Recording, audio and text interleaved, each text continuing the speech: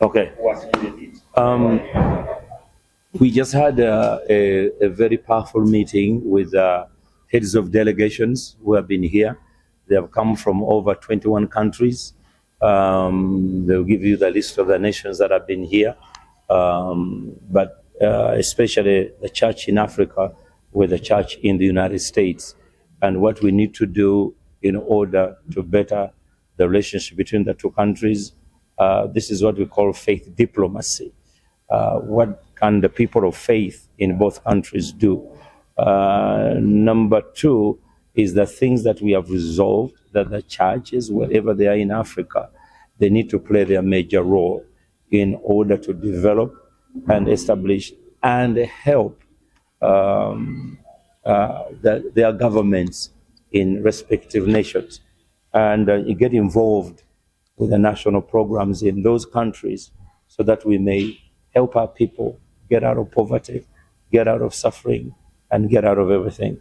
And lastly, we are looking at how to also employ our youth, because our continent is full of young people, and many of them, because they have where to go, they find themselves leaving, causing a brain drain from Africa.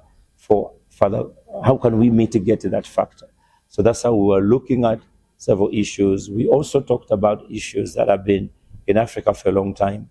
For example, the conflicts, unresolved conflicts, which are kept on going on and being one of the causes of death in Africa, like armed conflicts, like what's happening in Sudan North, what's happening in other parts of the world, like DRC, like you mentioned it. We've talked about all those nations and all those issues, that we need peace. We need peace and security so that we may be able to preach the gospel, reach out to the people, and help people. And then what we also talked about is the long embargo that has been ever put on a country in Africa. 25 years, the embargo of Zimbabwe has been in place. And I think it's time to lift that embargo. So since we had the senior advisor to President Trump, we raised that issue as church leaders, that it's not fair for Zimbabwe to continue be held in an embargo state. We also talked about the help United States can do in solving issues that are difficult to solve by regional powers. And so we believe that between the two countries, our faith will be able to see us through as we continue.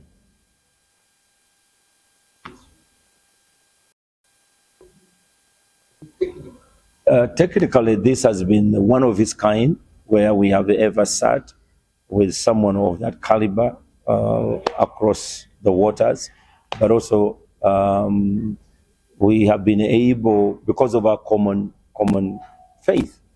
She's a pastor, she's a leader, she's a trainer, and also we've had many contributions from different pastors and advisories. So I'll call it an extraordinary faith diplomacy meeting that has that so far has been able to transcend other meetings we've ever had before. So, Pastor, as diplomatically, the embargo between... And we believe that the current government in the United States, because the reason why we are advocating for Agoa, Uganda, to be included again, because it will provide a lot of jobs, opportunities.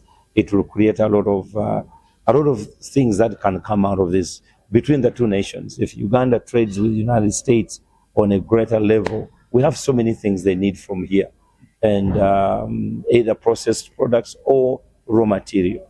And we also have many things we need from there. And so I believe there can be a working relationship which is healthier than ever before. I know our relationship with America is greater than it has ever been before, but I believe in trade, commerce, business, we really need to open the frontier.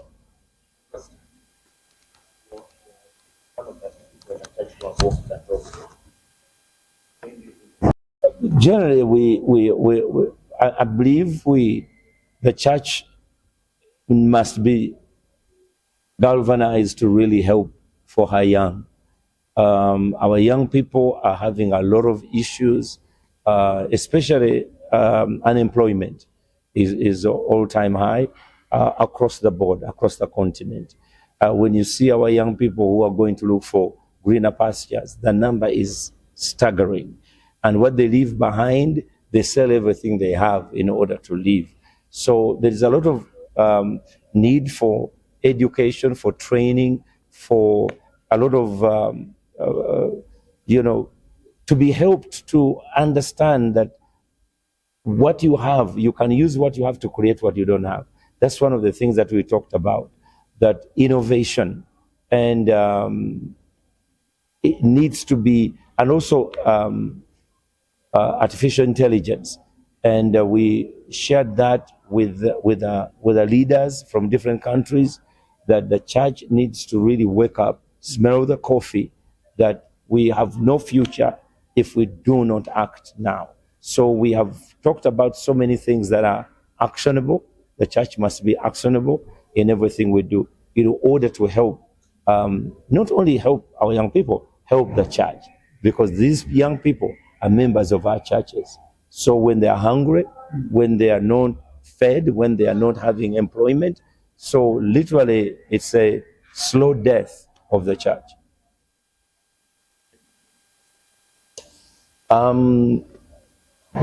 That one, America policing the world, I haven't seen America policing the world, but I think with the policy of President Donald Trump, which is America first, which I believe, which I support 100%, it should be Uganda first, it should be Kenya first, it should be Africa first, it should be Europe first. I mean, people in those nations must take it upon themselves to develop their nations instead of thinking that someone else outside the other country, he has your best interest. So I really believe that President Trump's policy of America first is going to wake up the whole of Africa to realize it's high time, like in the Song of Solomon, chapter 1, verse 5, it says, I've not taken care of my vineyard. And I believe it's high time we take care of our vineyard. And we are beginning to see it more and more, because if we don't, we will not do that. Also, the delegates were so grateful that Uganda has hosted this conference, because it's been a long overdue for us to connect to the most powerful office in the world as the church.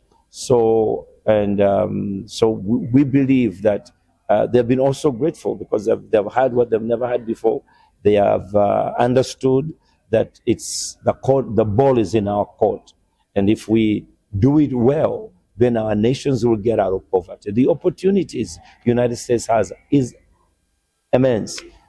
Education alone, training, the opportunities of trade, the opportunity of science, like United States where they are, we still have a long way to go, but I believe we will be able to contact with the business community there and connect with the churches there.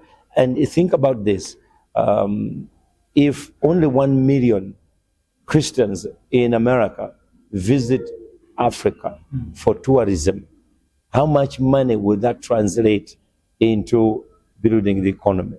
So those things like tourism, agriculture, artificial intelligence, but also producing things that we can sell instead of just putting out our hands for begging. It needs to be actionable. That's what we need to do, because we've been overwhelmed by the demand of our parishioners. Our parishioners are demanding that we do something. And first and foremost, that we understand in every country there are good, powerful developmental programs. But the church needs to differentiate between politics and development. Because if the church does not understand that, it will reject good programs that have been brought by any government to better the people. Number two, the church usually, missionaries used to build the schools. All the institutions we have were built by missionaries. Now, what are we doing today? We need to do more. We need to be If I'm a pastor in Uganda, I must think about Uganda first. What is going to happen in Uganda? So I must be able to put up projects that will help and change and better the lives of Ugandans, regardless of their religion. So I remember last week, Channel 44 was hosting one of our news anchor, Isa Chigongo. He's a Muslim. He came, got employed at Channel 44. Nobody was really thinking that he's a Muslim. And because he's good, we are looking at his skill, we are looking at his ability, and he has been employed. So Channel 44 being on the air is not only to employ the born again, but also it can employ people of other faith. And he got married and they invited me, and I went to their reception, and we did his reception, and they played Matali for me. So we need to help our young people. So churches, please, we need to do something. If we don't do it, before, it's the churches or religion was doing a great work in terms of vocational training, school education, primary education, and other institutions. But now we've taken a backstage and a relaxed mode whereby the population is growing, but the education institution are shrinking because they are unaffordable. No one can afford to pay his child through school if you're a civil servant. So this is also the advocacy. We talked about the advocacy, that we need to advocate for unprivileged, the voiceless, and to help all those people so that they may be able to be blessed.